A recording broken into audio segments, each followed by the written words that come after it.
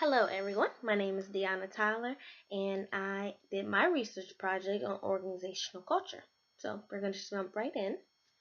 While researching this topic, it came to my attention that the majority of people today are educated and raised within an organization. It's so common that people don't even realize that they are in an organization and they have become part of the culture of that organization. Everyone today is either a consumer, an employer, an employee, a supplier, or a competitor with something else that's out there with another product that's being sold. And that's how we become part of that culture.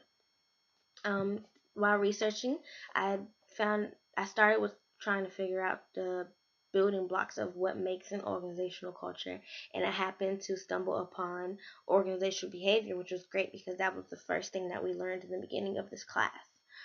Organizational behavior is the human behavior in an organizational setting or interface between human behavior, organization and human. This is great because it gives insight on daily activities, which include understanding and communicating. It also helps the manager over the organization on telling how they impact the organization and how they are able to motivate their immediate subordinates and help them come up with a goal that'll be a common goal throughout the company. All of this is able to be done through communication. We've all heard the saying, communication is key, and that does not change here. Communication is defined as social process in which two or more parties exchange information and share meaning. This is a vital step. It has three main purposes. The first purpose is achieving coordinated action. That is creating a common goal.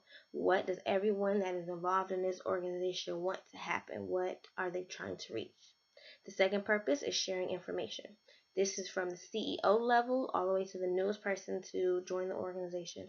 It's the task, it's the directions, it's the sense of purpose that each person has to accomplish what they need to do. And the last purpose is to express feelings. We've all heard that not expressing your feelings, keeping them bottled up, is unhealthy. That does not change within an organization, within its culture, or within making it successful. Because to have that success, you have to express your feelings and be able to work calmly and function fully to the utmost.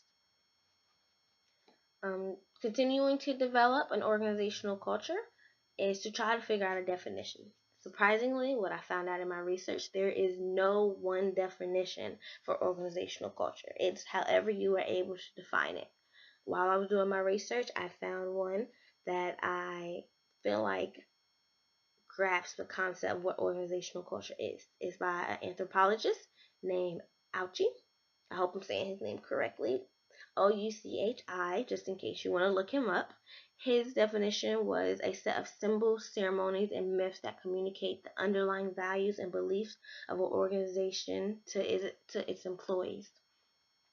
That was everything in a whole in my opinion. It is a culture that determines what is good and what is acceptable, what the culture believes in. So, for example, if you hear people say the customer is always right, that's part of that organization's culture. So you know that no employee is able to disagree with that guest or with whoever is buying their product at the moment. They do not believe that culture do not believe that the guest makes mistakes, and that probably more than likely makes for a happier customer at the end of the day. An organizational culture has different aspects. When starting an organizational culture, you have to distinguish it from the rest of the other companies that's out there. You have to figure out what contributes to its success.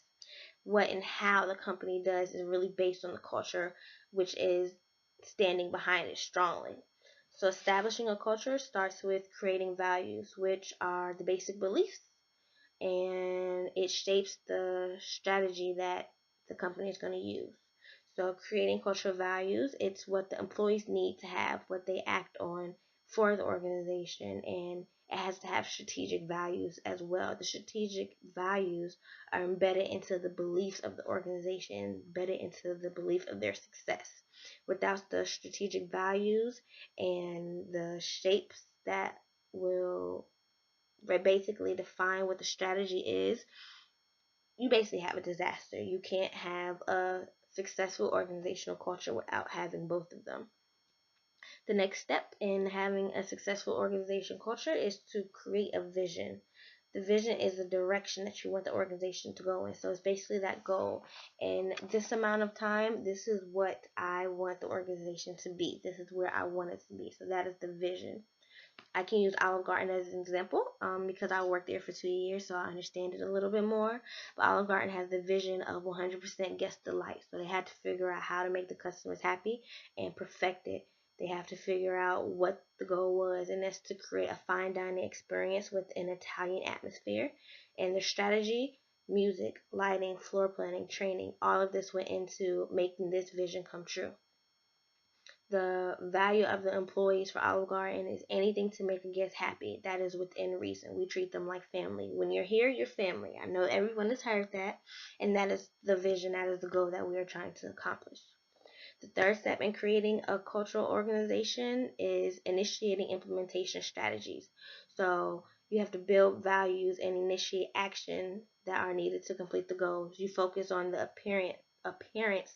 You focus on developing and designing, recruiting, training, everything that goes into making this restaurant the best that it can be.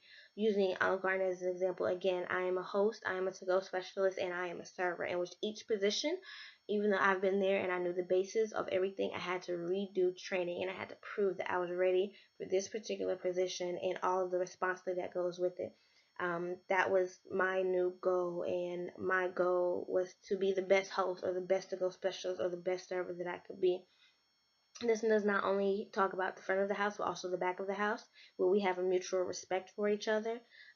Even though that we love each other and we have this respect and we try to make it as much of a family atmosphere as possible, there's a level of respect where we know this is a business. This is an organization with a goal, and we have to accomplish that. That's part of our culture, to know the difference between fun and to know the difference between business. We have that line there that separates the two. The final step is to reinforce all of the behaviors. So you're able to do this through awards. If you act a certain way on a regular basis, you win an award, or organization Olive Garden has competitions. If you sell this amount of wine, you win a free meal or a trip to the movies. So that's also a great aspect. With all of this that's going on, it sometimes does not always create a successful culture in the end, but that's because people resist change. So the best thing to do is to do change for the better. Don't come in trying to just automatically change everything, but just implement little things that will make for a better environment and a better company and provide success. So that is the end of my research project. Thank you so much for listening, and you have a great day.